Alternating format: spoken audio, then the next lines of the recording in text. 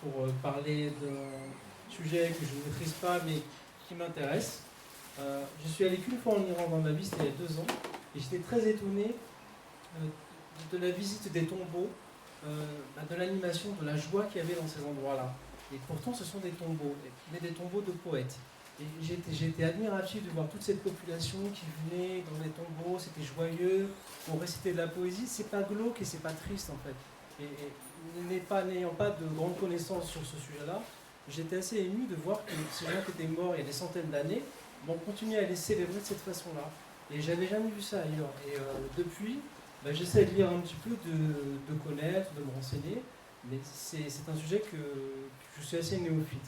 Alors ce soir, on a monsieur Reza Abshar Nadeli, qui est là ce soir pour nous parler d'un sujet qui lui, par contre, il le maîtrise, qui accompagnera un voyage du 3 au 18 novembre, justement, qui sera consacré à la poésie iranienne et perse. Donc là, ce soir, il va vous en parler, et puis on va faire un petit topo, même un grand topo sur la poésie iranienne du passé, mais contemporaine aussi. Et juste après, donc une fois que on aura parlé de la poésie persane iranienne, on pourra avoir des échanges avec lui. Et puis juste après, on fera un petit buffet où on pourra discuter, on viendra tous parler ensemble de voyage, de l'Iran, et puis de la poésie. Alors poésie, ce sera plutôt avec monsieur le président. Donc je lui laisse la parole, et puis je vous souhaite une bonne soirée.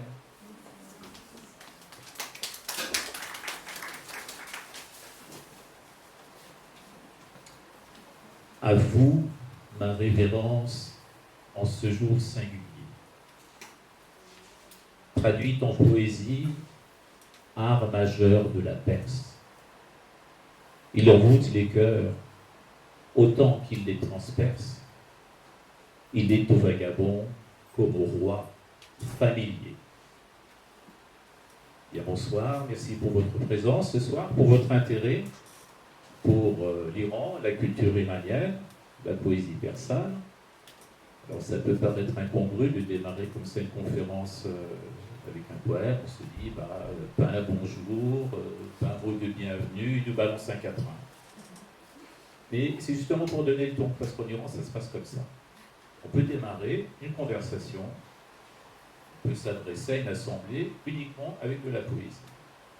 Et je dis toujours que la poésie, et là, donc vous le verrez là-bas, c'est la deuxième langue vivante de l'Iran. On parle en poésie. C'est tout un peuple qui pratique la poésie au quotidien sous la forme parlée, aucun artifice. On s'exprime comme ça naturellement. En Iran, voilà, donc ça vous donne le ton. Et il arrive aussi, par exemple, qu'un Iranien dans l'Assemblée, ça peut être un Iranien parmi vous, qui se lève et qui répond en poésie. Ce quatrain, qui répond par exemple en citant un poème de Hafez de Shiraz. Celui-ci, par exemple, Ghazal Gofti Yodos Softi Biyav Khosh Birkan Hafez Kebar Najm Tu Afshanad Falak Erde Solayar. Pour dire merci, t'as dit un beau poème. La traduction, c'est un Ghazal, tu as cité tel un orfèvre, toi le poète. Alors, c'est pas moi, il s'agit de Hafez. Restez modeste. Que sur ta poésie le ciel répand des perles des Pléiades. Donc les Iraniens conversent entre eux, dialoguent entre eux en poésie. Voilà, ça vous donne le ton. Et il est difficile d'imaginer un tel phénomène en Occident. Vous aurez l'occasion de l'apprécier au fil du voyage. Alors, le voyage auquel on vous convie est tout à fait inédit dans la mesure où vous allez bénéficier d'une approche culturelle exceptionnelle. Et alors bien sûr, vous allez visiter les hauts lieux touristiques de l'Iran, ou revisiter, pour ceux qui connaissent un peu déjà, Shiraz, Persépolis, Tabriz, Mashhad, Kashan, des villes des noms qui chantent, qui font rêver.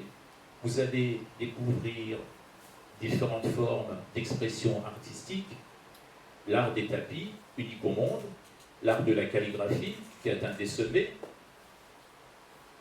les mosquées en faïence, l'art de la céramique, unique au monde, quoi d'autre, la miniature, la musique, mais malgré tout ça, il y a encore un art qui dépasse de loin toutes ces formes artistiques de très haut niveau, qui est la poésie. La poésie est vraiment l'art majeur de la texte. Et je le dis toujours, donc pour connaître l'âme véritable de l'Iran, il faut l'approcher par la poésie. Ça fonctionne comme là-bas depuis plus de 1000 ans, et aujourd'hui, plus que jamais. Et donc je serai avec vous tout au long de ce voyage, je serai une sorte d'audio guide vivant, bilingue, sur pattes, donc pour vous transmettre cette poésie en persan et en français, la déclamer en persan pour que rien ne soit perdu de la musique et de la saveur du texte d'origine, et en français, donc ce sera mes traductions en poésie, parce que je suis poète par ailleurs, le français c'est ma deuxième langue maternelle, et j'ai toujours écrit des poèmes en français. Et donc vous aurez droit à une traduction poétique en français. Alors, à présent, pour vous mettre dans l'ambiance, je vais vous montrer des flashs vidéo, et puis audio et des images pour que vous puissiez avoir des repères. Je vais d'abord commencer par une courte séquence vidéo, la visite d'une délégation française en Iran. J'ai repris ça sur la chaîne Arte le 9 juin 2016, donc ce reportage a été fait, et donc des milliers de personnes descendent dans la rue pour fêter la signature des accords sur le nucléaire.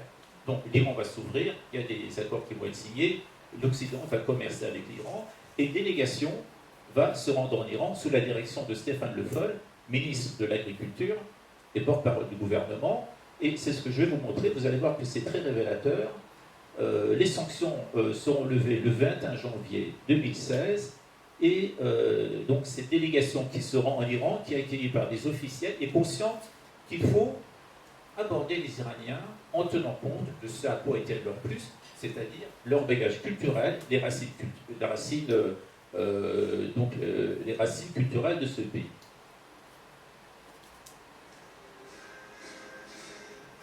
Stéphane Le Foll, ministre de l'Agriculture et porte-parole du gouvernement, accompagne à Téhéran 132 dirigeants d'entreprises réunis par le MEDEF, l'organisation du patronat français. Pour espérer pénétrer le marché iranien, il faut savoir flatter le nouvel ami et futur partenaire. Il y a entre la France et l'Iran beaucoup de choses qui ont eu lieu pendant le passé, qui ont été aussi structurantes même jusqu'à aujourd'hui, mais que nous avons une responsabilité collective, c'est de construire l'avenir. Il y a donc beaucoup de choses à faire. Alors donc là c'est Mathias Fekr, secrétaire d'État au commerce extérieur et au tourisme qui va parler. Alors écoutez-le bien. Travailler dans le respect qui vous est dû, dans le respect aussi d'une grande culture dont témoigne le prestige dans notre pays de vos œuvres, de votre création et en particulier de votre poésie. Voilà. Et en particulier de votre poésie. Alors, le MEDEF, qui s'intéresse à la poésie persane, ça c'est très fort. Ils sont allés réfléchir, voir, on veut faire du business avec ces gens-là, mais comment toucher la corde sensible. Et ils ont découvert que la poésie, c'est ce qui était le plus important, ce qui est le plus proche de l'âme persane. Je dis toujours, si vous voulez bien vous faire voir par les Iraniens, parlez-leur en poésie. Ça c'est la recette. Alors, autre flash, autre séquence vidéo, il faut savoir que la poésie est pratiquée au niveau le plus haut de l'État. Il est pratiqué par l'imam Khamenei. On pratique la poésie par l'imam Khomeini.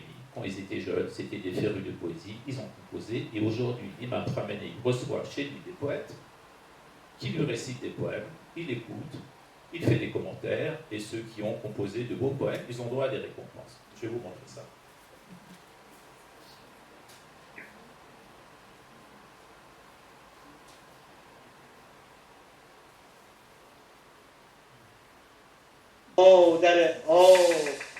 اصل شما وصل شما نسل شما نور پایان کار دشمنان تو با ناز آغاز راه دوستان تو با نور در مدح تو چشم غزل روشن که دیده است وصف تو را از ابتدا تا انتها نور. آفرین. Voilà, donc bravo, bravo, et donc c'est une forme poétique qui s'appelle le ghazal, un poème lyrique qui est employé. Et ce que vous allez entendre tout à l'heure par un autre poète, c'est le qasidé, qui est une forme de poème laudatif qui relève du panégyrique. Bon, je suppose qu'ils vont avoir des récompenses. Et bravo, bravo, c'était très bien.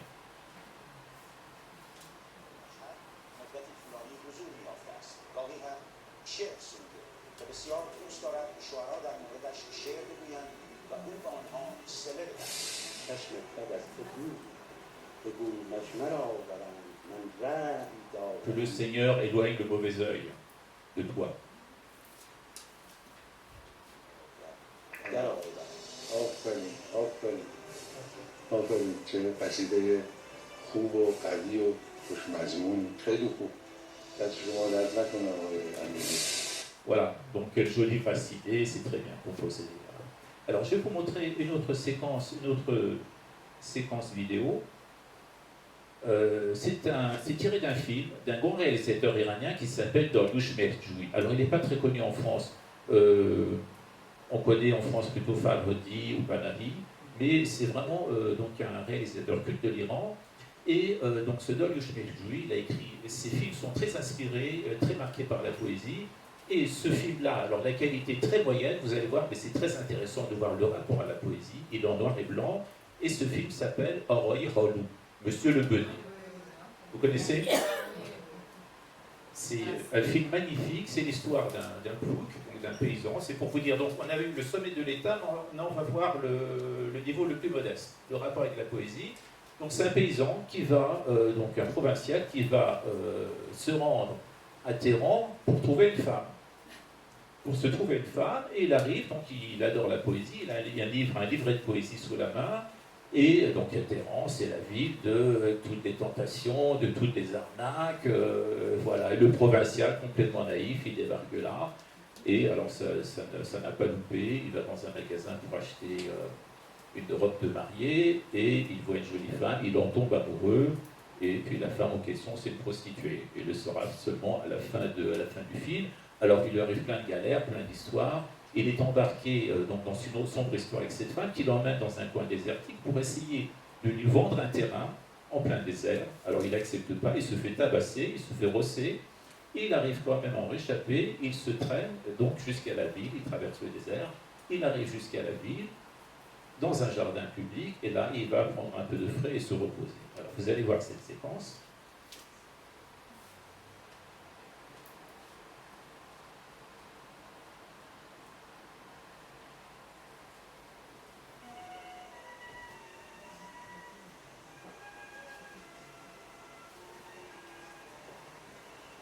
Je vous ai dit la qualité est très moyenne.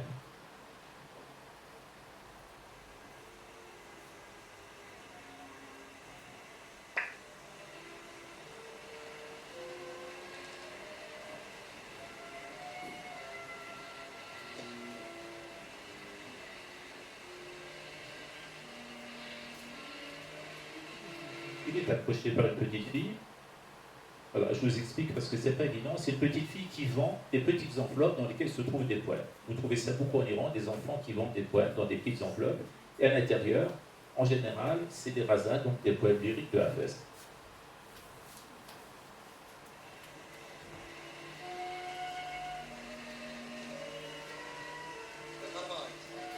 Alors, il lui donne une friandise. En échange, et elle va lui donner un poème. Il va le lire.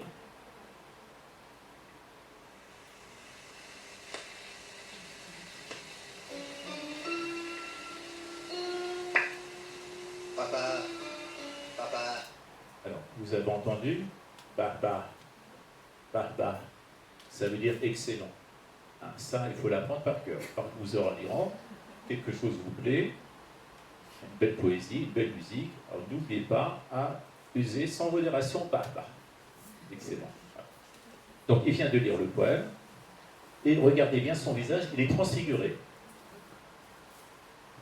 La tête d'or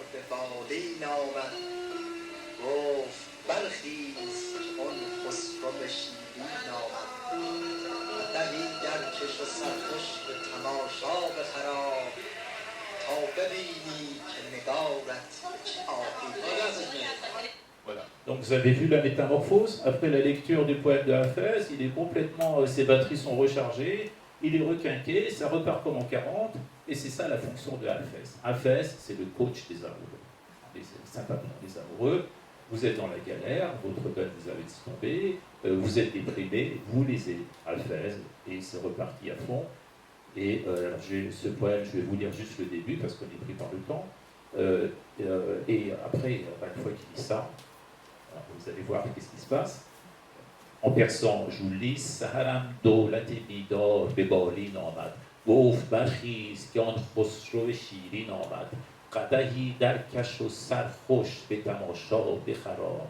To bebini ki negorat bechioi nomad. La traduction.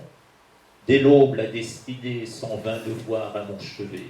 Il m'annonça, redresse-toi, voici que vient à ta rencontre le doux monarque, bois une coupe et te pavane, face radieuse, ouvre tes yeux.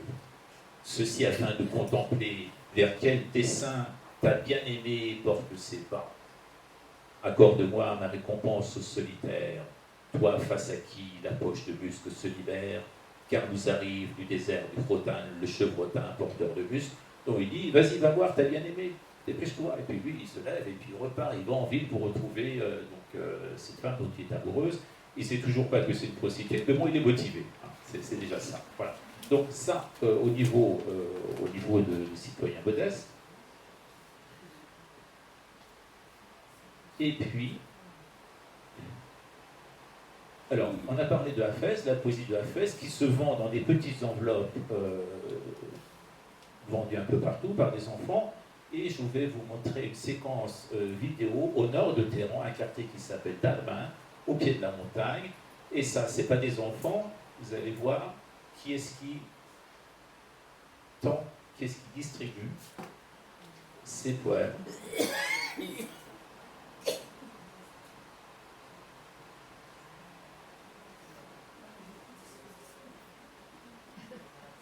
Voilà.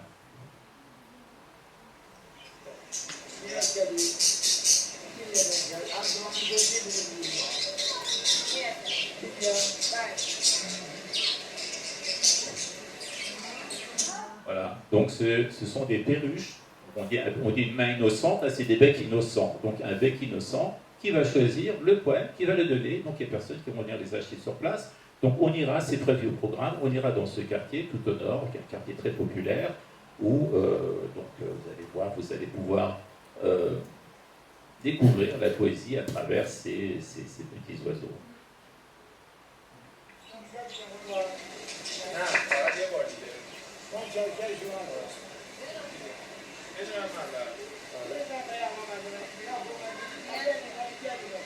Voilà, donc ça c'est ma fille qui est en train de filmer.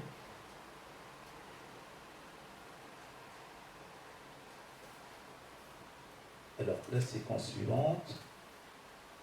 Alors là, on était dans la période classique, Hafez, c'est 14e siècle. Et donc ces poèmes sont récités par des millions d'Iraniens. Je vais vous donner quelques noms, quelques repères aussi pour les poètes de la période classique. Vous avez Khayyam, Omar Khayyam, qui est le poète iranien le plus connu mondialement, dont les poèmes ont été le plus traduits. 11e siècle, Attar, Farid Eddin Attar, donc ce qui est connu c'est la conférence des oiseaux, qui a été mise en scène en France par Jean-Claude Carrière. C'est une poésie mystique. Il est du XIIe siècle. Saadi de Shiraz, c'est plus de la poésie didactique. Donc ça, on découvrira à Shiraz. Il est connu pour son fameux recueil qui s'appelle Le Jardin des Roses, le Golestan, XIIIe siècle. Et XIIIe siècle également Jalaluddin Rumi, donc poète mystique, qui n'est pas né en Iran, qui est né dans ce qui s'appelait à l'époque le Grand Khorasan, en Afghanistan, donc poète mystique, et maître de la confrérie des Moulavis ou des derviches, donc qu'on connaît sous le nom de derviche tourneur, et puis le grand poète national, Ferdowsi, de tous. Donc là, on remonte au Xe siècle, donc l'auteur de la plus grande épopée iranienne jamais composée. Et tous ces poètes sont chantés. sont chantées encore aujourd'hui par les chanteurs les plus célèbres de l'Iran, comme illustration. Alors, oui, donc d'abord je vais vous parler des poètes, donc ça c'était la période classique, et les poètes contemporains. Donc les poètes contemporains, il y en a une dizaine à peu près, il y en a 2 encore en vie. J'ai été amené à donc à écrire une anthologie de poètes contemporains iraniens, 7 poètes en tout. J'ai un exemplaire ici. 7 poètes en tout, il n'y en a que 2 qui sont en vie. L'un est Houchang Eteroj, qui doit avoir aujourd'hui dans les 90 ans, et l'autre c'est Mohammad Reza Shafi Kadkani, qui doit avoir aux alentours de 80 ans. Le premier vit en Allemagne et le second vit en Iran. Donc il a 80 ans et il y a tout un peuple qui veut le rencontrer. Ce sont des peuples, si vous voulez, c'est des poètes qui ont la même aura que des poètes classiques. Et j'ai eu la chance de le rencontrer, parce qu'il avait entendu dire que j'avais traduit ses poèmes, et donc d'échanger avec lui. Vous avez des personnalités, des grands acteurs, des grands comédiens qui veulent le voir, mais lui, il veut ne voir personne. Il est occupé avec sa poésie et ses recherches. Et je vais vous montrer donc une séquence d'échange avec ce poète, Mohammad Reza Shafi Kadkani. من تازگی داره. من متوجه بودم که از نسل مثلا ژاک پرور به بعد ما در ایران ترجمه‌های فرانسه، شعر فرانسه رو خوندم، دارم کلکسیون خیلی از اغلبشون مال 1950 هست. اون برای 1950 یعنی کمی بعد از جنگ جهانی.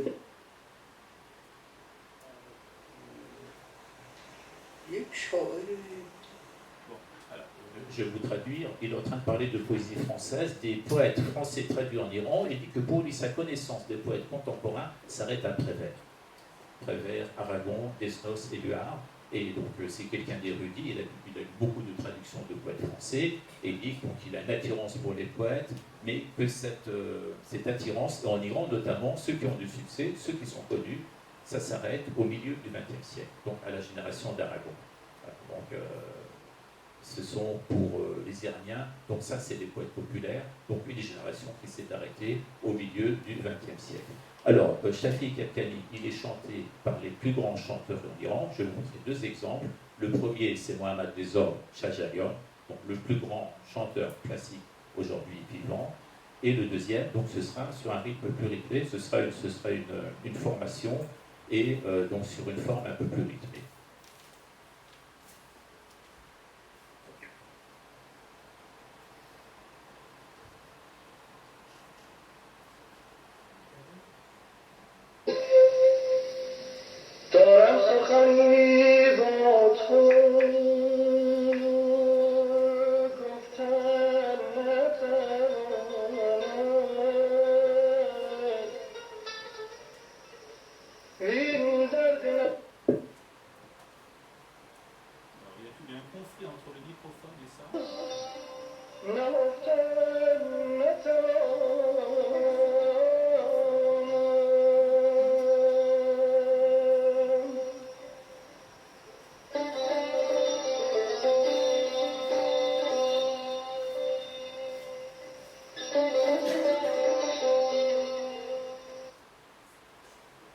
Je vais vous lire le début du poème en persan. Ça s'appelle Dormir d'un cil. Doram sokhani botovo guftan natavona. Vindade nahansuz nahuftan natavona.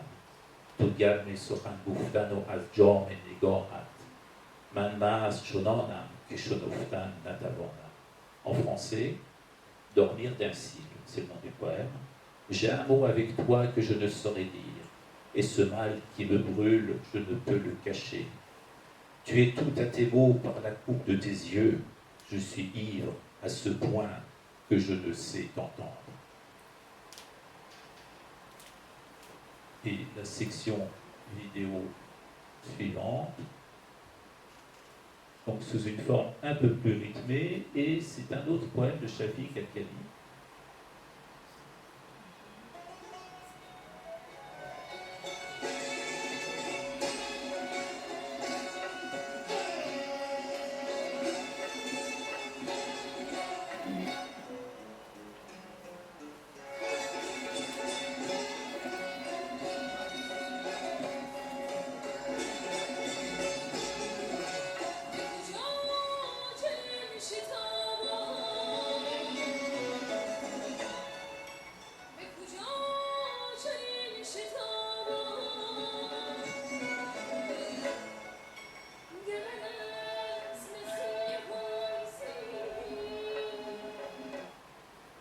c'est un peu frustrant, mais j'ai beaucoup de choses à vous présenter.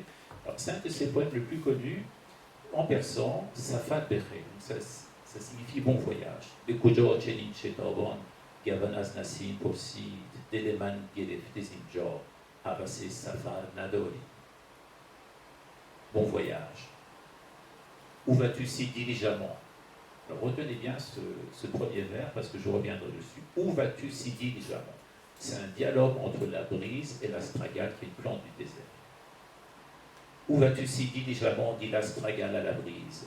D'ici, mon cœur est éploré.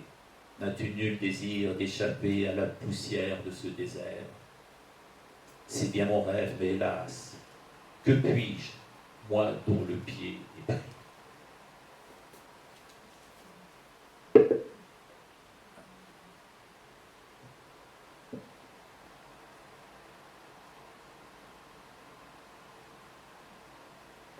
Notre dernière séquence vidéo, ça concerne un poète contemporain qui s'appelle Shahrior. On va parler de lui quand on sera à Tabriz, donc au nord-ouest de l'Iran. Et le nom de Shahrior est lié à cette ville de Tabriz. Et vous allez écouter donc, un poème qui est lu par lui-même, sa propre voix.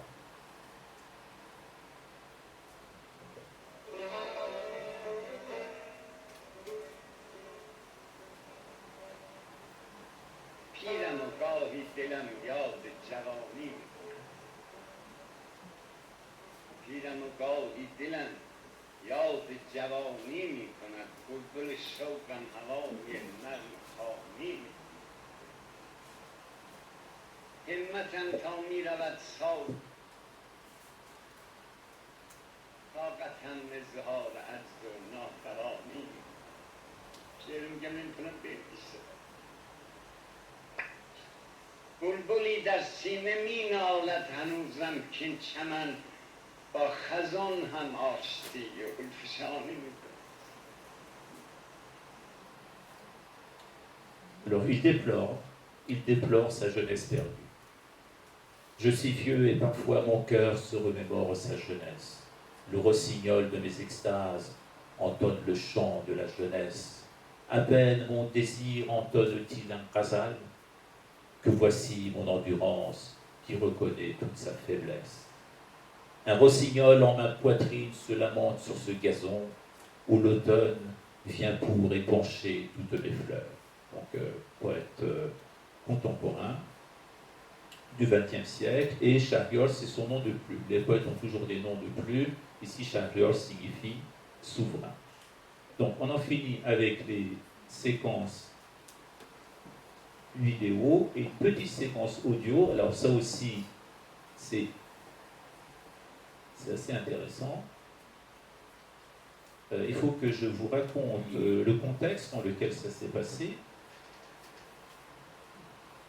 En janvier 2017, je me suis rendu en Iran et c'est arrivé au moment où il y a eu une tragédie nationale, une tour. Imaginez la tour Montparnasse qui prend feu, donc ça s'appelait la tour Poisson. Pendant 4 ou 5 jours d'affilée, je suis arrivé à Téhéran, il y avait une odeur âcre dans le ciel.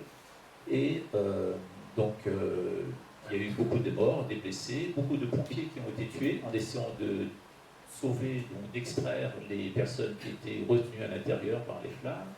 Et quelques jours après, donc j'étais dans le taxi et puis on discutait de cette tragédie. Et pour l'illustrer, le taxi me récite un poème. Donc il me récite 2 vers que je vais vous faire écouter. Alors là encore une fois, donc, des gens du commun.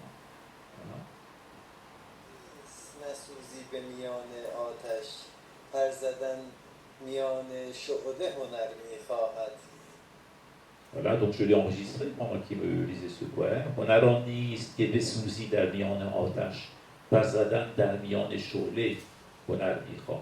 La traduction, l'exploit n'est pas celui de 2 points brûlés au cœur de la fournaise, l'exploit c'est de battre les ailes au cœur de l'incendie. Un autre cas que je peux raconter, poésie de taxi toujours, donc dans le dernier voyage, il y a un peu plus d'1 mois, donc on était derrière un feu rouge. Les feux rouges en Iran peuvent durer jusqu'à une demi-heure. Alors on était là, on attendait, puis il y avait la voiture qui était devant, et on voyait un jeune homme qui essayait donc de nettoyer le pare-brise, et puis le conducteur à l'avant il disait non, non, non, et puis finalement il a envoyé balader le gamin. Alors on a repéré le gamin, il n'avait pas de type iranien, il était plutôt Asie centrale politiquement. Et puis le gamin, quand il a vu qu'il s'est fait rabrouer, il est entré dans une colère monstrueuse, il a lancé une bordée d'injures avec des propos obscènes absolument incroyables. Et donc le conducteur de mon taxi à moi, il a reconnu que c'était un Afghan à l'accent. Et puis il a dit ouais, c'est quoi, faut pas qu'on reçoive ces réfugiés chez nous, c'est insupportable. Il cite un poème. Il cite un poème. Et donc là, je n'ai pas l'enregistrement, le poème est le suivant, en persan. Tarahom balangitis dandon, c'est un kovibovad balbous fandon. Traduction. Se prendre de pitié pour le tigre féroce serait une tyrannie envers toutes les brebis. Voilà. Et pourquoi nous, on reçoit chez nous, on héberge des tigres comme ce jeune tigre, et ce serait une injustice envers les Iraniens inoffensifs qui sont comme des brebis qui font rien. Donc, encore une fois, une expression populaire et ambiance taxi. Dans les taxis, il se passe beaucoup de choses. On parle de tout, on parle de politique, voilà, il y a beaucoup de choses à raconter sur les taxis. Et maintenant, on va passer aux séquences images et je vais demander à Alexandre de prendre la relève. Hop.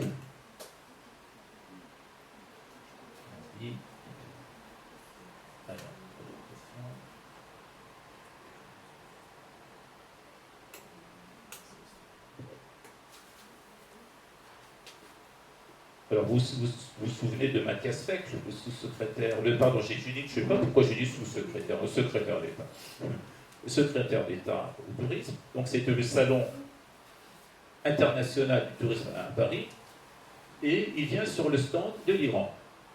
Il vient directement sur le stand de l'Iran. Et là, je faisais fonction, je suis tout à fait sur la gauche, je faisais fonction d'interprète. Et donc, je lui demande, effectivement, j'ai vu le reportage, il dit, bah oui, on s'est renseigné pour voir quel était l'art majeur en Iran. On a appris que c'était la poésie.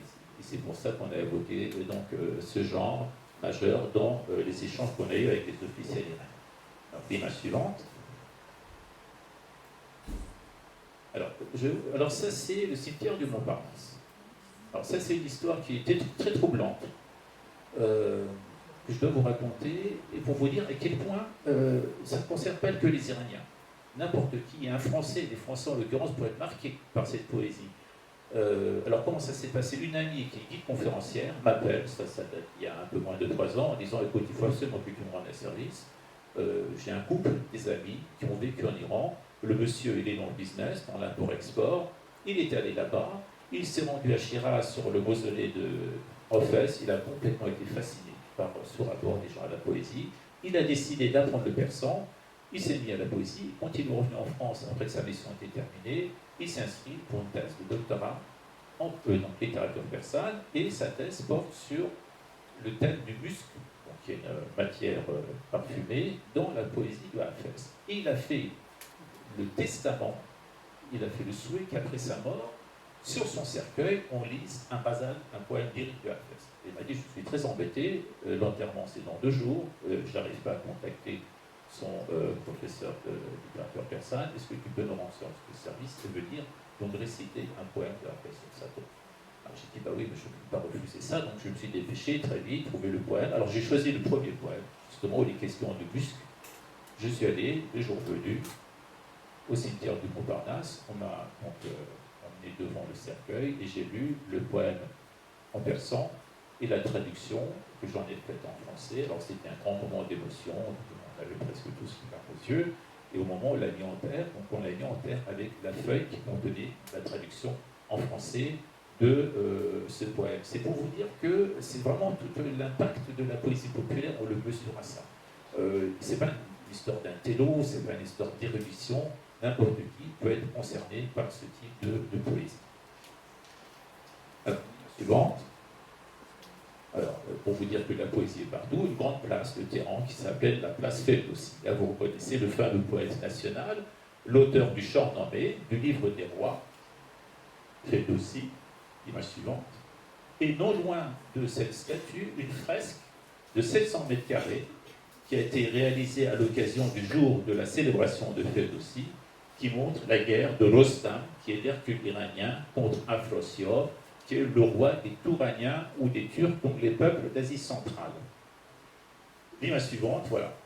Voilà. Donc la poésie est partout, et ça, alors je vais vous le dire, Eizan beto asfot me ingune khatobas azan detarik zinat zan efse hejobas. Alors ça c'est très fort, c'est un quartier du nord de Téhéran, très branché, où des jeunes, où des gens viennent pour boire un verre, pour faire du sport, voilà, aller dans des cafés, et puis pour dire aux gens attention, il faut respecter la tenue islamique. On le dit en poésie, voici la traduction. Ô femmes, ainsi vers toi vont les mots de Fatima, donc la fille du prophète, la plus chère parure de la femme et son voile. Donc on le dit, mais on le dit en poésie. C'est la grande classe. L'image suivante. Alors, poésie partout, là c'est une boîte de nougat. C'est une boîte de nougat, vous voyez un couple d'amoureux. Et donc l'image suivante, et c'est un extrait d'un poème de Hafez. Voilà. Donc, même dans le packaging, ça peut être une boîte de cornichons, vous allez encore avoir de la poésie donc sur l'objet. L'image suivante, voilà, donc ça c'est dans un quartier du nord de Téhéran, Tajrish, nord de Téhéran, il y a un bazar, des galeries, des allées, et puis donc des escaliers qui mènent dans un café traditionnel, Chaykhane, et avant de descendre, sur le mur, vous voyez un extrait d'un poème de Ferdowsi, poème épique, c'est écrit Choboussi Tpeikon Salangochteu, Bozaka Dasmovreye Pochteu. Chosatir Bastine Ashbous, Sebeh Anzamon, Dasteu Dod Bous. C'est le récit du combat entre Rostam, l'Hercule iranien, et un autre grand champion qui s'appelait Ashbous. Voilà, il explique comment il a décoché la flèche pour l'atteindre et le mettre à mort. L'image suivante. Alors, je dis toujours, la poésie accompagne les Iraniens du berceau jusqu'à la tombe. Et il est très courant de voir donc, sur les pierres tombales des poèmes gravés. Ici, on se trouve dans le grand cimetière du sud de Téhéran qui s'appelle le paradis de Zahra, donc la fille du prophète, du nom de la fille du prophète. Et donc c'est un quatrain qui figure sur une tombe, c'est très courant. L'image suivante. Et là, c'est un carré, par contre, qui concerne les enfants, les nouveau-nés, donc ceux qui sont morts très jeunes. Et vous voyez, donc sur le côté, c'est un quatrain qui a été écrit à propos de la naissance d'un enfant. Et qui dit en substance, tu es parti sans une berceuse, de ramper là où tu es, c'est le Seigneur qui la récite. Et l'image suivante, voilà, donc un autre quatrain, en substance, c'est « Ô ma mère, repose en paix, car c'est la fin de tes souffrances ». Les entreprises de pompes funèbres ont des poètes qui écrivent des poèmes sur commande, mais parfois c'est même pas nécessaire, parce que dans toutes les familles, il y a toujours un ou deux poètes qui eux-mêmes écrivent leurs propres poèmes et qui demandent aux pompes funèbres de les graver sur les pierres tombales. C'est une pratique courante. L'image suivante, alors on va aller sur un registre beaucoup plus léger. Ça vous connaissez, Bob l'éponge. J'étais donc lors de mon dernier voyage dans un parc au nord de Téhéran, qui borde l'avenue Vali Asr. Une petite fille s'approche et me tend le boîte de Kleenex, je lui en achète un. Et puis, alors je l'ai amené avec moi. Je l'ouvre. Et puis à l'intérieur, qu'est-ce que je vois? Un quatrain de Omar Khayyam. Voilà. Donc dans l'objet le plus banal du quotidien,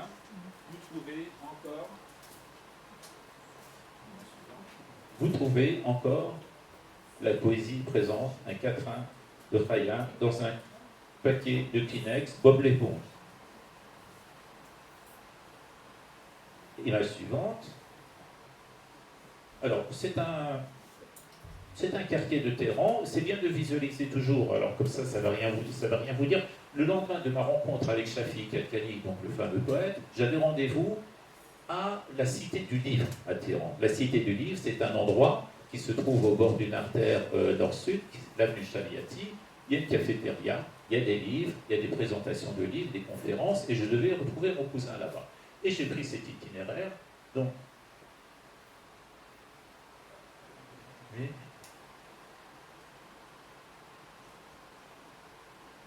Voilà. Donc j'ai pris cet itinéraire, l'avenue Motahari. Donc là c'est la Cité du Livre, hein, c'est là que j'allais à pied. Il s'est passé quelque chose ici, à cet endroit. J'ai vu une affiche, donc je me suis arrêté devant une affiche. Et un peu avant d'arriver à la Cité du Livre, ici, une rencontre avec une petite collégienne. Alors je vais vous raconter ça. Image suivante. Avenue Motahari, je découvre cette affiche. C'est un quatrain, un hommage en poésie aux pompiers qui ont donné leur vie lors de l'incendie de la tour Plasco. Donc je vais vous traduire. Ô mon pompier fidèle, c'est l'incendie de mon cœur qu'il faut éteindre. J'ai brûlé d'apprendre que les flammes t'ont ravi. Les flammes ont cousu ta chemise sur ta poitrine. Le peuple de l'Iran a pleuré ton éloignement. Je continue mon chemin. Et donc, avant d'arriver à la Cité du Livre, sur ma droite, je vois une école élémentaire, une école de jeunes filles. On a sonné, les enfants sortent, c'est la sortie, ça court dans tous les sens, ça crie, ça hurle. Et puis je vois une petite fille courir après une autre, essayer de l'attraper, l'autre lui échappe entre les mains. Et puis cette fille crie après l'autre, où vas-tu si diligemment? Vous vous souvenez? Où vas-tu si diligemment? Une petite fille de 10-12 ans. Je me suis dit, ça, il faut rester en arrêt. J'ai pris mon portable, j'ai téléphoné à Shafiq Al-Khani. Et lui, il répond jamais au téléphone, c'est son assistant qui me répond. Il dit oui, monsieur Afshar Naderi, machin. J'ai dit oui, écoutez, je vous appelle parce qu'aujourd'hui, j'ai compris ce que c'est qu'un poète populaire. Un poète populaire, c'est un poète dont les enfants, 10-12 ans, récitent ses poèmes par cœur dans la vie du quotidien. Et là, j'ai promis un choc, j'ai compris ce que c'était que donc un poète populaire dans la mesure où il ne cherche pas donc une présence médiatique. C'est des gens, c'est vraiment des personnes qui représentent la vox populi, la voix populaire, qui sont enfermés chez eux. C'est des sages, ils ne voient personne et ils sont révérés par tout un peuple.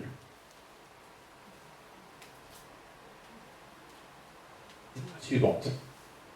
Alors, on va survoler un peu notre périple poétique, histoire de se repérer.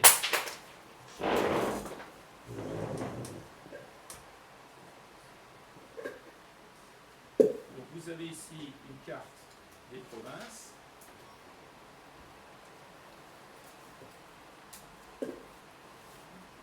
Voilà. Donc, une carte des provinces d'Iran. Et nous allons en fait nous déplacer selon un triangle, Tabriz, Mashhad, Persépolis. Hein. Ce n'est pas le triangle des Bermudes, c'est le triangle de la poésie. Donc un immense triangle, hein, parce que l'Iran fait quand même 1 648 km². Et alors, l'image suivante, si tu veux bien. On va commencer par Téhéran. Non, en arrière. Voilà. Alors, Téhéran, qu'est-ce qui... Voilà, Damavand. Donc, la montagne sacrée, le volcan sacré, qui est très proche, à 1h15 de Téhéran, c'est le plus haut sommet du Moyen-Orient. Depuis Téhéran, on voit les montagnes. Et il est donc à 74 km de Téhéran, et ça a inspiré beaucoup de poèmes et des grandes épopées. Et une des épopées les plus fameuses, l'image suivante, donc, qui a inspiré. Alors là, vous voyez, c'est sur un billet de banque. Donc quand quelque chose sur un billet de banque, ça a vraiment c'est un impact dans l'inconscient collectif, dans la pensée, l'imagination des Iraniens. Et donc ça a inspiré notamment une épopée qui s'appelle Horace, l'archer. Voilà, chez Marché, une statue qui représente ce personnage de légende. Et alors je vous explique l'origine de cette légende, un conflit entre les Iraniens et les Touraniens, les Iraniens et les Turcs. Et pour se départager, pour déterminer la frontière, ils décident qu'un héros iranien va se rendre au sommet du mont Derowent, il va lancer une flèche, et là où va atterrir la flèche déterminera la frontière entre l'Iran et le pays des Turcs. Olash monte au sommet de cette montagne, et il met telle énergie à décocher cette flèche, il y met tout son être, toute sa vitalité, toute sa force, il décoche la flèche et il perd la vie en même temps. Et la flèche va voler de l'aurore jusqu'au couchant et il va se planter au bord du fleuve Oxus qui va déterminer la frontière entre l'Iran et le pays des Touraniens. Image suivante. Alors, ça c'est pour vous donner une idée de, du cadre un peu naturel autour de Téhéran. Vous avez ici Téhéran, très proche de Damavand, 5671 mètres d'altitude, et donc Alamkour, Trône de Salomon, donc autant de montagnes qui sont à l'origine de légendes. Et ici vous avez le Tochol, tout au nord de Téhéran. Téhéran est au pied de la montagne. 3965 mètres. À mon époque, quand j'étais jeune, il n'y avait pas. Aujourd'hui, il y a le téléphérique. Donc vous pouvez y aller sans trop vous fatiguer. Image suivante. Alors ça, c'est une autre légende, inspirée aussi du mont Derowent. C'est la légende de Crevé le forgeron. C'est un forgeron, ça se trouve toujours dans le livre des rois de Fenoussi, le Shahnameh, qui a soulevé le peuple contre un tyran qui avait régné sur l'Iran pendant 1000 ans. Ce tyran s'appelle Zarok, avec un serpent sur chaque épaule. Et donc il fait que le peuple se soulève contre ce tyran, et le prince Félidou, qui fait venir au trône, le prince iranien, le prince perse, ordonne que ce tyran soit emmené dans une caverne du mont Derowent où il sera enchaîné. Et on dit que quand le volcan entre en éruption, c'est Zarok qui secoue ses chaînes pour se libérer. Image suivante. Ah, donc ça c'est une autre représentation dans un manuscrit célèbre aussi du Shahnameh. Et vous voyez donc les gens qui sont là, des musiciens, qui chantent, qui jouent de la musique, qui font la fête, hein, ils font la teuf, parce que donc Zarok est enchaîné et emprisonné, tout le monde est content. Image suivante. Alors toujours le Shahnameh, le livre des rois, ça c'est fait partie des visites qui sont au programme, c'est la maison de la force, en persan Zulkhaneh. Le Zulkhaneh, pour vous donner un peu une idée, est l'équivalent du dojo pour les samouraïs au Japon. Et c'est là que vont pratiquer les arts martiaux des sportifs iraniens qui sont qualifiés de chevaliers ou de preux. C'est dans la grande tradition chevaleresque iranienne. Et dans ce lieu, cette maison de la force, on récite sur un rythme guerrier, c'est très spectaculaire, des poèmes du livre des rois de Ferdowsi. Image suivante. Là, vous voyez les instruments qui sont employés par les sportifs qui simulent des armes de combat. Ici, donc, ils simulent des massues, ici, plutôt bouclier, et puis là, l'arc. Image suivante. Alors, dans un quartier du nord de Téhéran, beaucoup plus, un cimetière, un petit cimetière très confidentiel, qui s'appelle le cimetière de Zahebodolé. On dit que sont enterrés dans ce cimetière tous ceux qui ont fait chanter et danser l'Iran. Quelques-uns des plus grands poètes et chanteurs de l'Iran. C'est difficile de s'y rendre, je ne sais pas si on pourra y aller. Quand j'y étais, c'était les femmes le matin, les hommes l'après-midi, donc en termes de logistique, c'est un peu compliqué. Et même, je pense qu'il y a peu d'Iraniens qui s'y rendent. Et c'est très important parce qu'il y a des grands poètes. Donc je vais vous montrer un peu quelques-uns. L'image suivante, là vous avez Foulour Farrokhzad, grande poétesse iranienne, qui est morte tragiquement à l'âge de 33 ans, suite à un accident de voiture. Féministe avant la lettre, les jeunes couples se rendaient sur sa tombe pour lire ses poèmes amoureux, en allumant des bougies noires, un peu ambiance gothique. Et donc elle a écrit un poème, Le Péché, qui a souvent été censuré, qui est un poème absolument magnifique, en l'honneur de la femme. Image suivante. Alors là, donc, c'est moi qui à côté de la tombe. Image suivante. Voilà. Alors ça, c'est un autre poète. Iraç Mirza. Iraç Mirza, on peut être contemporain, un immense poète. Alors, un prince. Alors, Mirza, ça veut dire prince. C'est pas le nom d'un chien comme dans la chanson de Nino Ferrer. Donc, un prince libertin, libertaire, immensément connu en Iran. Ses œuvres sont vendues sous le manteau. Et donc, il est enterré là. L'image suivante. Et donc, je pense qu'il aurait aimé m'accompagner parce que ces poèmes sont très difficiles à traduire. C'est des poèmes à la fois très raffinés et dans un langage très populaire. Il a écrit un poème célèbre sur le Tchador. Alors peut-être que je vous le lirai quand on sera là-bas, ça dépend de l'ambiance.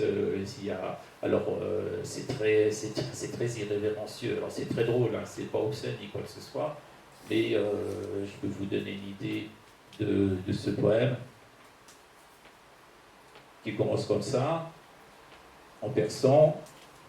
Biobouya baroya dostani ki do tasir chador ra bedani dar ayami ki safu sade budam dam karya sedar benchaste budam zani amad dar anja ba khish و fesh mara elqon nisa amad be junbesh. La traduction. Entends de ma bouche ce conte singulier du Tchador, dont l'effet m'est si particulier. Du temps où j'étais pur et simple et sans apprêt, au seuil de mon logis, je restais au plus près.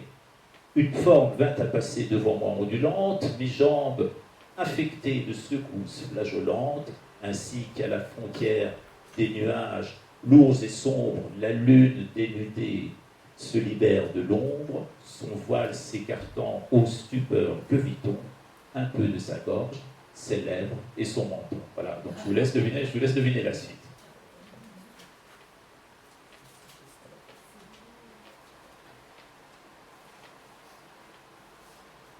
Image suivante. Alors voilà, Sylvie de Belmordi, grande poétesse, elle est morte en août 2014, grande figure libertaire. Tout à l'heure, donc avec mon amie Fanny, je vais lire donc, la traduction que j'en ai faite, qui sera accompagnée en musique. Alors, le temps fixe, ça va très vite, il est déjà 8h30. Donc Sylvie de Belmordi, un nom à retenir. Donc c'est la dernière grande poétesse qui est morte. Donc comme je vous ai dit, il n'y en a plus que 2 parmi ces grands poètes. Image suivante. Donc on va descendre sur Ispahan. Hein, vous voyez ici on a Téhéran. Tout de suite après Rome, on va descendre comme ça. Rome, c'est la plus petite province d'Iran, donc c'est le Vatican iranien. C'est là où il y a toutes les institutions, les principales écoles religieuses. On descend sur Ispahan. Alors, et oui, donc après. Ah, voilà. Ah oui, d'accord. On est sur Tabriz. Oui, donc on était à Téhéran. Maintenant on est sur Tabriz. Normalement, dans le voyage, on commence par Tabriz. Mais c'est pas grave. Hein. Je sais parler de la capitale en premier. Et à Tabriz, donc c'est Shahriar. Le poète emblématique, c'est Shahriar, que vous avez vu tout à l'heure. Il est né en 1906 et il était à la fois musicien et calligraphe. Et la particularité de sa poésie, c'est qu'il engage beaucoup, il utilise beaucoup de mots du langage courant. Et donc il est dans la plupart des villes iraniennes, vous aviez des sections dans les cimetières réservées aux poètes. Vous aviez le cimetière, à l'intérieur du cimetière, vous avez le cimetière des poètes qui peut contenir entre 15, 20, 30 poètes. Et donc ça, c'est le cimetière des poètes de Tabriz, image suivante. Et à l'intérieur, vous avez le mausolée de Shahriar.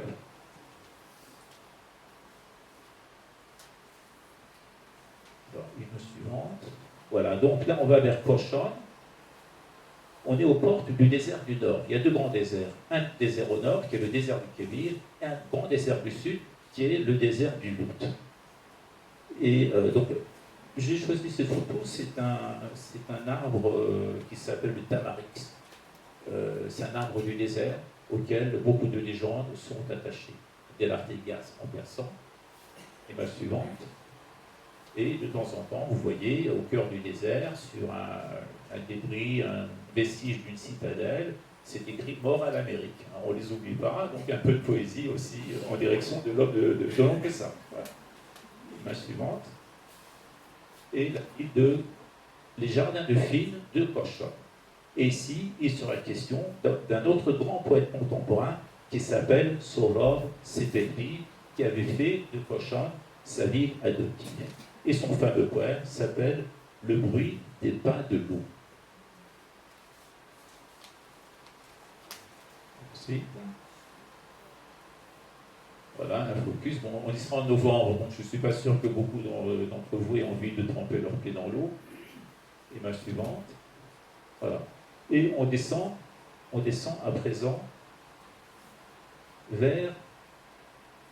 Alors, vas-y, image suivante. Ispahan. Voilà. Donc, Ispahan, ça vous parle. La place royale, anciennement place royale, aujourd'hui devenue place de l'imam.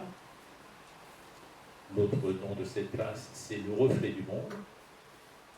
Et donc, le grand trip, c'est de faire le tour de la ville, donc de cette place en calèche, et vous voyez le palais Olipopu, qui est le seul édifice non religieux, où, à partir de là, donc sur le balcon, le roi assistait aux jeux de polo, ou aux défilés militaires, ou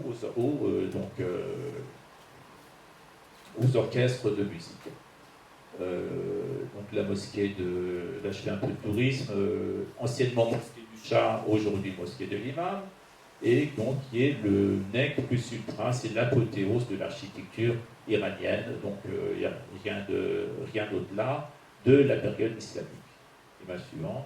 Et puis parfois, de temps en temps, vous trouvez par terre un mannequin et sur la tunique une calligraphie d'un ghazal, d'un poème d'Éric de Hafez. Voilà, si vous voulez, donc dans les soirées parisiennes, si vous voulez un peu sortir du lot, vous prenez une tunique avec une calligraphie de poème de Hafez dessus. Ensuite, alors maintenant on va dans la ville de Yazd. La ville de Yazd, capitale de la province du même nom, est connue parce que c'est le berceau des Zoroastriens. Et là, donc vous avez, c'est le temple zoroastrien de Yazd où vous voyez brûler le feu qui ne doit être souillé en aucun cas, qui doit rester pur. Image suivante. Et là, c'est ce qu'on appelle les tours du silence. Les Zoroastriens, c'était des obsédés de la pureté. Il ne fallait pas que les cadavres touchent la terre ou l'eau. On les mettait dans ces tours à ciel ouvert et les rapaces venaient les dévorer, puis ça partait dans le ciel.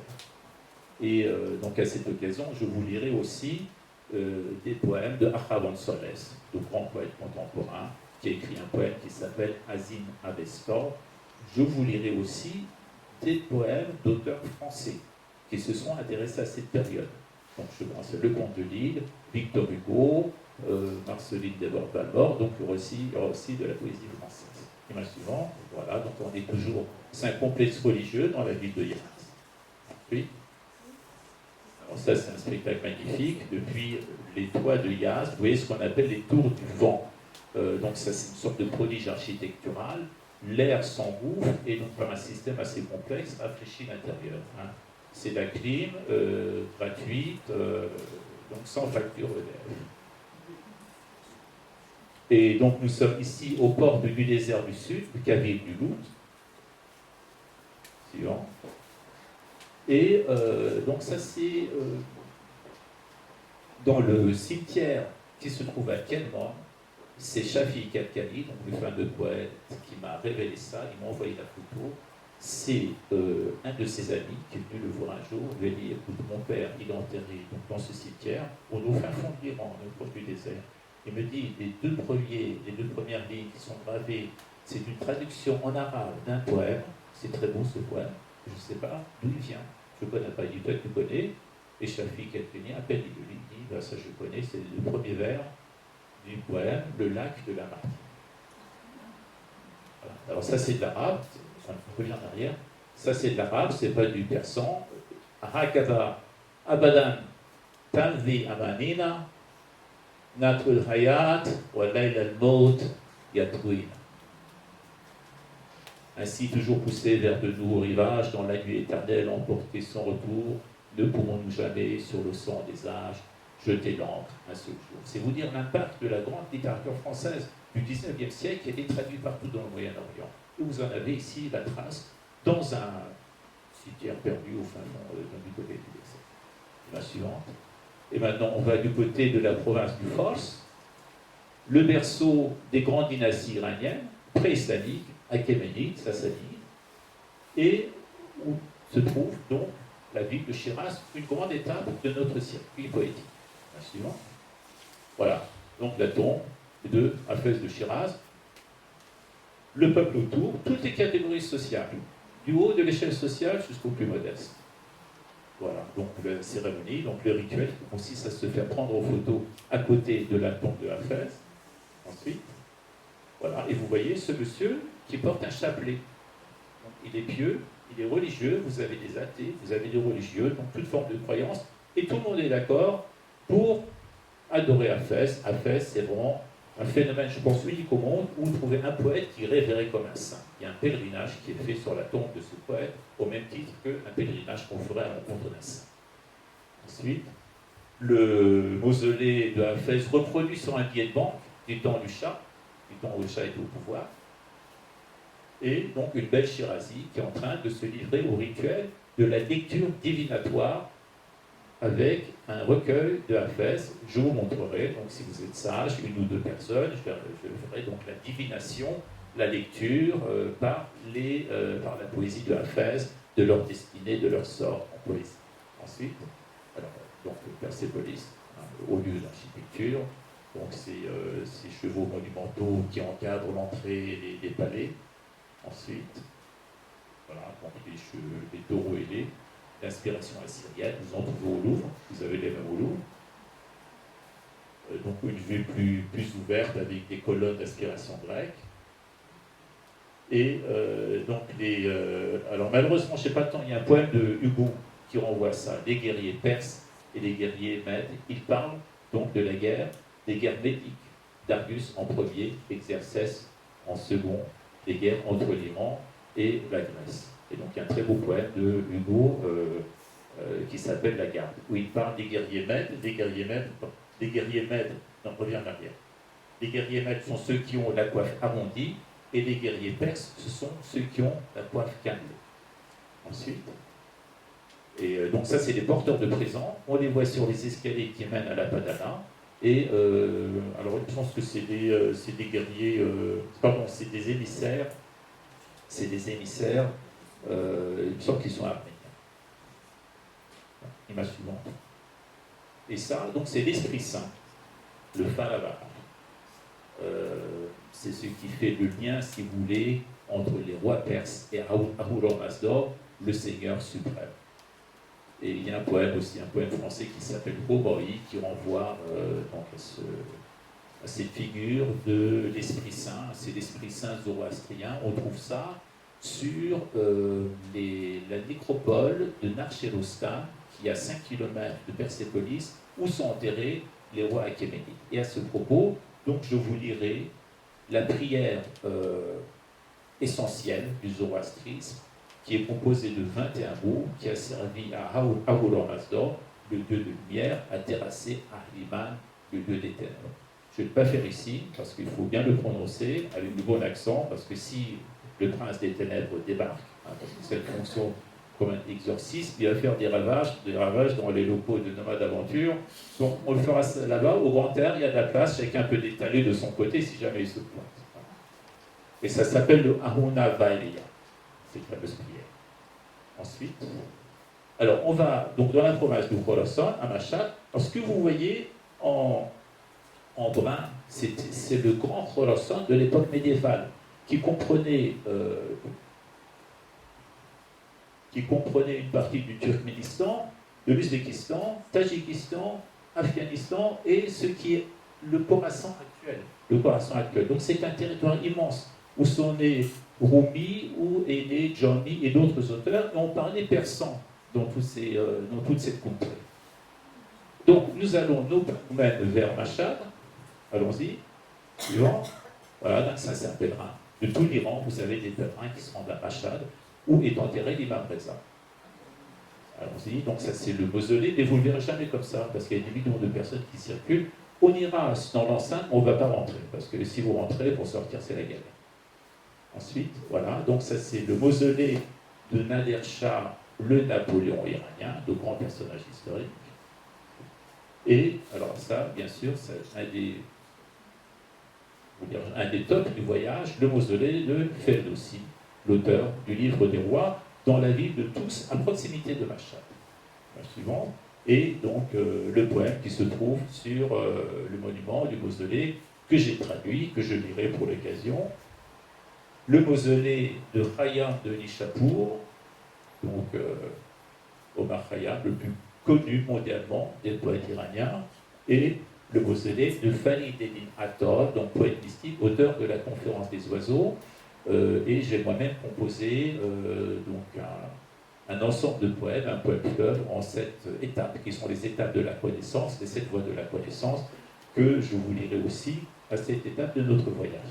Voilà, donc je pense que je suis à peu près dans les temps. On va juste vous lire avec mon ami Fadil qui va m'accompagner en musique. Alors, il connaît très bien la musique persane, il joue du tol, mais son instrument est en réparation actuellement, donc il va m'accompagner à la guitare. Je vais vous lire en entier un poème de Hafez et un ou deux poèmes contemporains.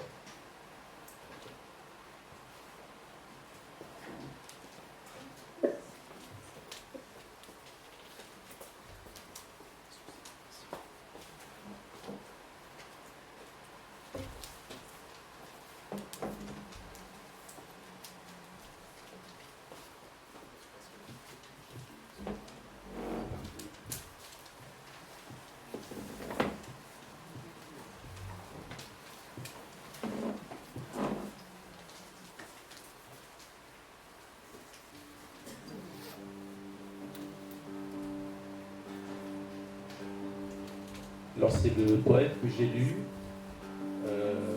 pour ce monsieur dont je vous ai parlé, qui a été enterré au cimetière du Montparnasse.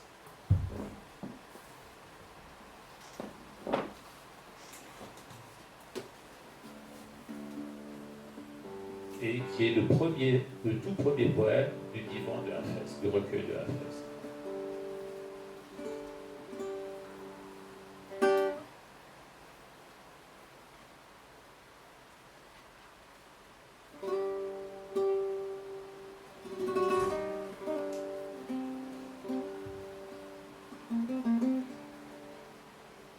Et chanson, viens à nous et fais tourner la coupe. Car l'amour en premier nous parut bien aisé, avant que bientôt n'adviennent ses rigueurs. Oh, combien de sang fit jaillir de nos cœurs prisonniers de ses tresses, en ses boucles assombries, une poche de musc, ouverte par le zéphyr. Quelle jouissance nous est-il permis de savourer en la demeure de l'aimer, si chaque instant vient s'ébranler la caravane à l'appel des grelots, à l'heure même où l'on fait dresser les palanquins. Si tel te leur donne le plus ancien des mages, colore par le vin ton tapis de prière, car rien des étapes du chemin ne saurait rester voilé aux pèlerins. En cette nuit obscure, affolée par la vague, transie par les remous, ainsi nous en allons. Que pourraient bien savoir de notre condition les cœurs légers ainsi posés sur les rivages? Tout mon commerce de volupté s'en est allé en infamie. Comment masquer les confidences dont se repaît la multitude? Hafez, toi qui désires sa présence, ne te soustrais pas à sa voix. Si tu la trouves, oublie le monde. Abandonne-le. Fais tes adieux.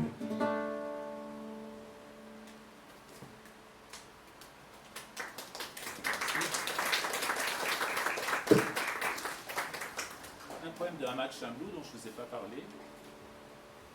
Grand poète national.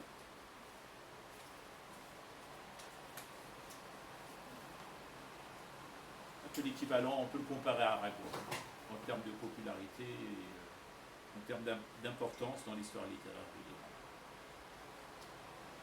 Alors c'est son poème probablement le plus connu, qui s'appelle « En cette impasse ».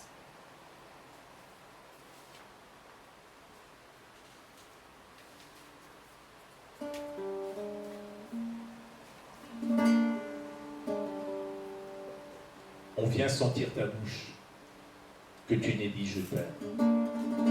On vient sentir ton cœur, quelle étrange époque vivons-nous, ma toute gracieuse. Quant à l'amour, on lui donne le fouet, le long des remparts sentinelles. L'amour, on l'enfouit au fond d'une arrière-cour. En cette impasse torturée par le froid, brille l'amour, par la grâce nourricière des chants et des poèmes. Ne te risque pas à penser, ma toute gracieuse. Quelle étrange époque vivons-nous? Celui qui, nuitamment, martèle à notre porte est venu en meurtrier de la lampe. L'amour, on l'enfouit au fond d'une arrière-cour. Et voici que viennent les bouchers. Ils apportent la hache et les hachoirs en sang. Quelle étrange époque vivons-nous, ma toute gracieuse, et ils écarissent le sourire sur les lèvres et les chants sur la bouche. La joie, on l'enfouit au fond d'une arrière-cour. Les canaris sont couchés sur la braise, brûlante de jasmin et de lys. Quelle étrange époque vivons-nous, ma toute gracieuse. Iblis est triomphant, ivre, attablé au banquier de nos deuils. Dieu, on l'enfouit au fond d'une arrière-cour.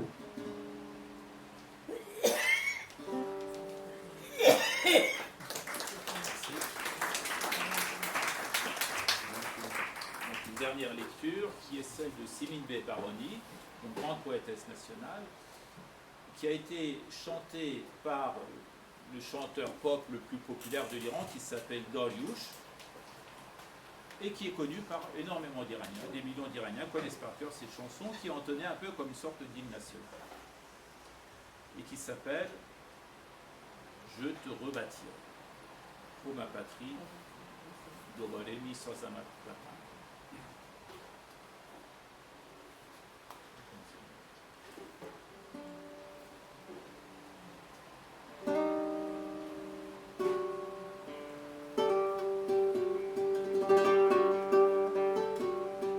Ô ma patrie, je te rebâtirai, même si de ma chair ta brique est façonnée, de ton toit les colonnes j'élèverai, même si de mes os je l'ai taillé.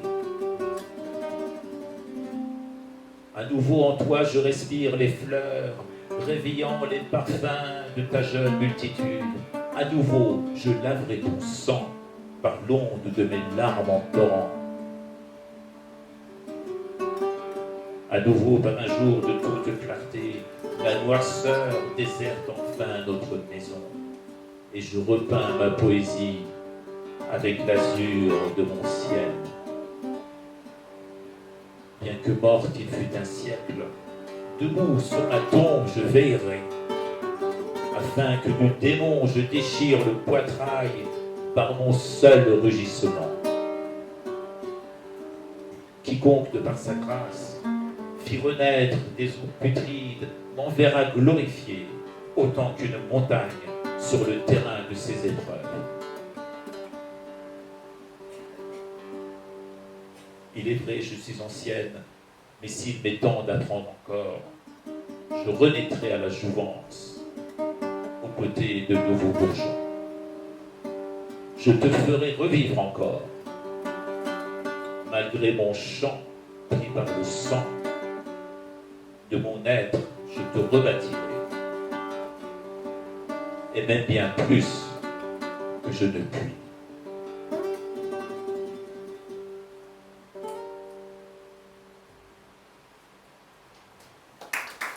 Merci pour votre écoute, et je suis à votre disposition s'il y a des questions, en espérant que je pourrai y répondre.